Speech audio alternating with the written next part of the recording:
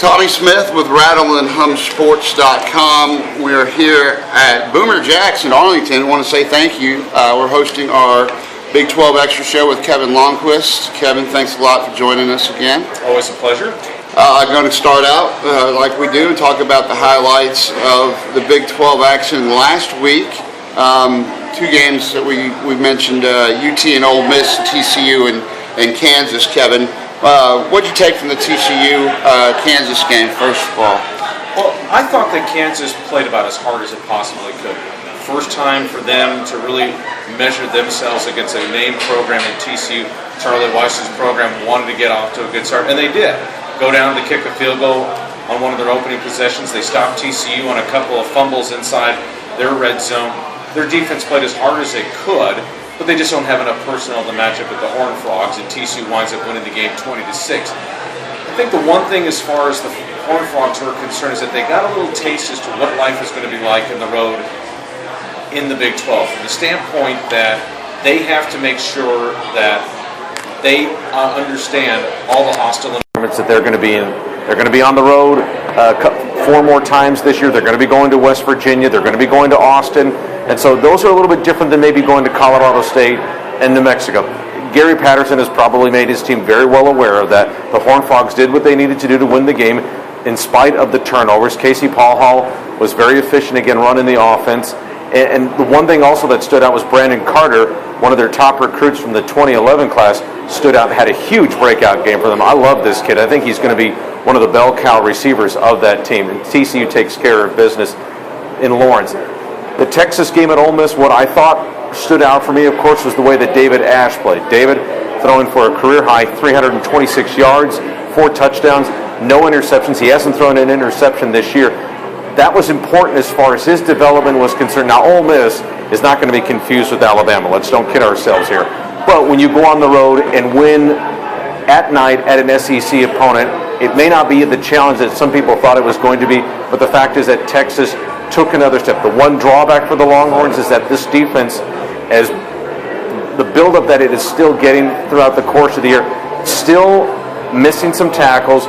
Players are taking bad angles, especially in the secondary. Mack Brown has spoken about that, plus the fact they are still giving up big plays, which is where you're getting the missed tackles and the bad angles. The big plays, this defense is still susceptible to surrendering it, so they're going to have to work on that. They've got 2 weeks to figure it out before they go up to Stillwater to play Oklahoma State. We had some tremendous news in the conference last week. Let's start first of all.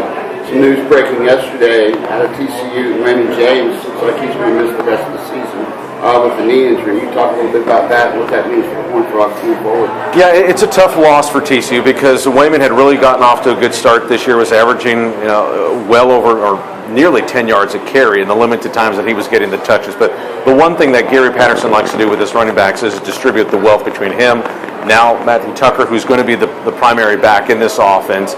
And Wayman was going to take on the role that Ed Wesley had left when Ed left school back in the spring. It's a devastating blow. I feel bad for him because you never like to see kids go down with injuries. It changes the dynamic. It really stresses, puts a lot of stress on the depth of that position for them because the fact they were already playing a freshman in B.J. Catalon. And I think what the TCU coaches were trying to do was kind of feed B.J. into this offense methodically, give him a few carries here, a few carries there, and then maybe sometime in October, later in October, and even into November, maybe he gets more of the workload to spell Tucker and to spell James. Now that all flips because the fact that you have James out of the lineup, you have Tucker now as your go-to guy, as your primary ball carrier, and now you have BJ moving up. Andre Dean will get some more carries now as a part of this. It's a pretty deep position for the Horned Frogs. It's not one of their deepest, but it's a position that you're going to see how the Horned Frogs respond to this. Not this weekend when they play Virginia, but probably in the middle of October when they're playing the likes of Oklahoma State, Kansas State, and things of that nature. The other injury that comes up, though, is that Oklahoma State also lost their quarterback, Wes Lunt, to an injury against Louisiana Lafayette last week. Mike Gundy said on the Big 12 coaches call earlier in the week, they just don't know if he will be ready to play against Texas. J.W. Walsh, who's the other freshman quarterback that's seen a lot of playing time this year, played pretty well against Lafayette. They're just going to have to take it day by day with Lunt to see if he's going to be able to play. Fortunately, it doesn't look like it's an ACL injury for him. But again, They've got 2 weeks. The Cowboys are off this week, and so we'll just kind of have to wait and see toward the middle of next week to see how Lunt is going to be ready for that ball game, if he will be ready for that ball game. Other big news of the week, maybe not so much from the Big 12, that concerns the Big 12 and the announcement of the ACC, and their relationship with Notre Dame going forward. You had mentioned on RattleandHumSports.com a little bit about what that might mean for the conference. Can you tell us a little bit more about what that means for the Big 12 going forward? Sure. We talked about this last week, the fact that the conference probably won't be in a position to expand. And I still believe that. And I think there's a couple things that have happened from this, from the fallout of Notre Dame joining the ACC, is the fact that if you're the Big 12 and you look at the way things are shifting right now in the college athletics landscape, I think what Notre Dame's move does is that it kind of locks a lot of these conferences into each other. And so if you're the Big 12, where are you going to try and go grab from if you want to expand? Sure, you could look at Louisville and Cincinnati, but as I mentioned last week, the only attractive candidate between those two, and then if you add Boise State and BYU into it, is really Louisville. And I don't know if that's really where you really want to take this conference right now. And that's not a slight against Louisville, because it's a great overall athletic program. The women's basketball team got to a Final Four. Baseball team has had some great success. Obviously, Rick Pitino's done a great job with the basketball program, and now football is coming back with Charlie Strong. But again, if you're the Big 12 and if you really want to go somewhere, your best choice is looking at the ACC. Well, that was kind of flirted with in the spring and in the early summer with Florida State, Georgia Tech, and Clemson. Now with the ACC locking down with the Orange Bowl, the addition of Notre Dame, plus the fact you've got the television deal that may not be as lucrative as the one that the Big 12 just signed, but still revenue generating enough so that the conference will still be well compensated for it from an individual school standpoint. I just don't know where the Big 12 is going to go. So I personally think that the conference is going to sit pat for the next couple of years, kind of wait and see how things shake out. Once the new bowl, or I should say the new playoff system gets started in 2014, and even DeLoss Dodds, the Texas athletic director, has mentioned the fact that you might see some of these conferences that are having conference championship games that first weekend in December do away with those, because what kind of sense is that? When you have that teams that are playing each other for the right to go to the playoff, they may look at each other and say, why are we doing this? It's a pretty good point. And I think that's something that we'll have to kind of watch to develop over the next several years. We kind of have maybe a short schedule of the conference, this week with a few teams off, and it's really the last weekend before we really get into conference play. But let's pick out some games that maybe you're looking at this weekend to take note of. Well, the first one that stands out the first one for me is Friday night. That'll be Baylor at Louisiana Monroe. And of course, Monroe has caught the attention of the nation with its upset win over Arkansas in overtime, and then going to Auburn last week and taking the Tigers to overtime before losing in overtime. So Baylor's coming into an arena where I think back on September 1st, no one was really looking at this game as being a really difficult contest for the Bears. Now there's a lot of scrutiny all over this. You'll probably see a better ratings bump for ESPN than even ESPN wanted. But it's going to be a good test for the Bears, because now they're going to walk into an environment, small stadium, Malone Stadium's about 20,000 in capacity. So they're going to have to make sure that they handle that. Of course, Baylor's played on the road in a lot of Big 12 venues where it's going to be a hostile environment. Art Briles will have his kids ready to play. I think the emotion and the fervor on a Friday night with national television being the only game played that night, where Monroe has a chance to really kind of sell itself. If Baylor can survive the first quarter of emotion, both offensively and defensively, what the Warhawks do, I think they'll be fine as far as that's concerned. A couple of other games that stand out to me will be, let's go on the East Coast there with West Virginia and Maryland. That's a regional rivalry for folks who don't follow West Virginia or know much about them, but that's a series that's about 50 years old. 49th meeting this weekend. It'll be in Morgantown.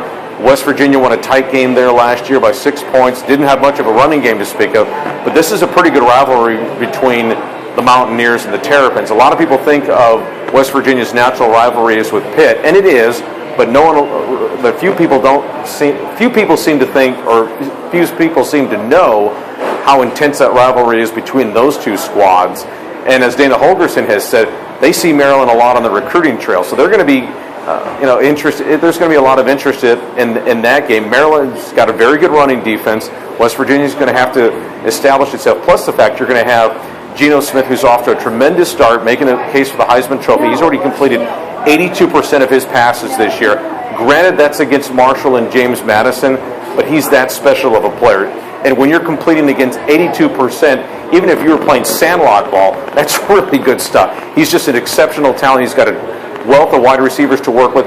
He'll get tested by Maryland this week. I think West Virginia will prevail. And then finally, the big game to open up the conference season, even though we had Kansas and TCU last week, though, will be in Norman Saturday night, national television on Fox, with Kansas State visiting Norman.